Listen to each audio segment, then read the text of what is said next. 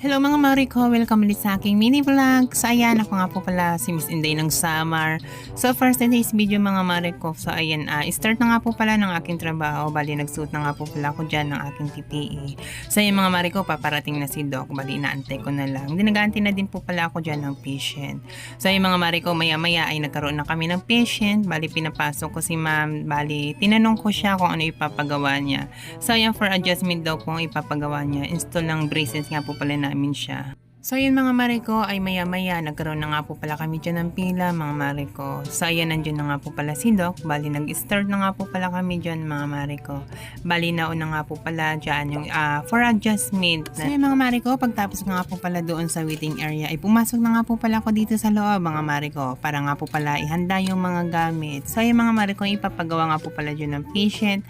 Ay may check up, din yung isa pasta tsaka cleaning, din yung isa ay cleaning din tsaka bunot.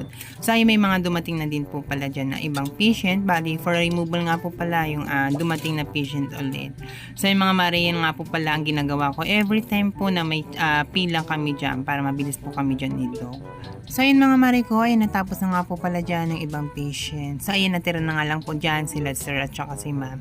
Bali yung ipapagawa nga po pala dyan ni sir, cleaning din bunot na po siya. Din si ma'am ay for removal braces. So ayun mga Mariko, bali pumasok na nga din po ulit ako dito sa loob para i-ready nga po pala yung mga pangsukat. So ayan, bali removal braces ng ginawa ni Doc. Then magpapa-retainer na din po pala dyan si ma'am.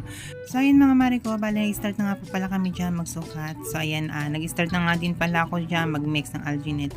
Bali alginate nga po pala ang ginagawa ni Doc Panukan. So ayun mga Mariko, inaayos ko nga po pala dyan mag-mix kasi para magandang kuha nila Doc. Then binilisan ko na din po pala dyan kasi medyo titigas yung ating alginate pag binagalan natin. So ayun, natapos na nga po pala yung upper. So ayan, bali lower na nga po pala ang aming susukatan. So ayan, lumapit si Doc sa akin. Ayan, tawa ko ng tawa dyan kasi nagpapatawa si Doc. So ayan, may pinag-usapan lang kami dyan na nakakatawa.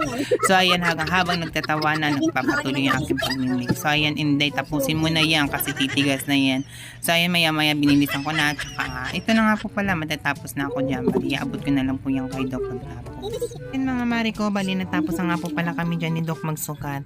Then ang next nga po pala dyan nagagawin na isisimint natin yung mga pinagsukatan ni Doc. Ganito nga po pala ang paggawa ng retainer mga Mariko.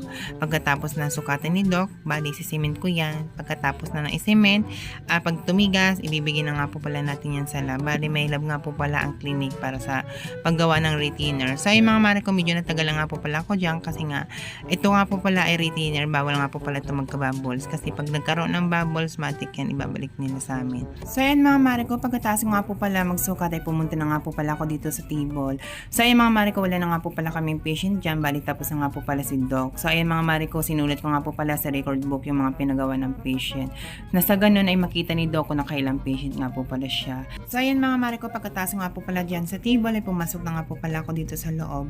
So ayan mga Mariko, pauwi na nga po pala dyan si Doc. Then tinatapos ko na nga lang po pala yung mga gagawin ko dyan.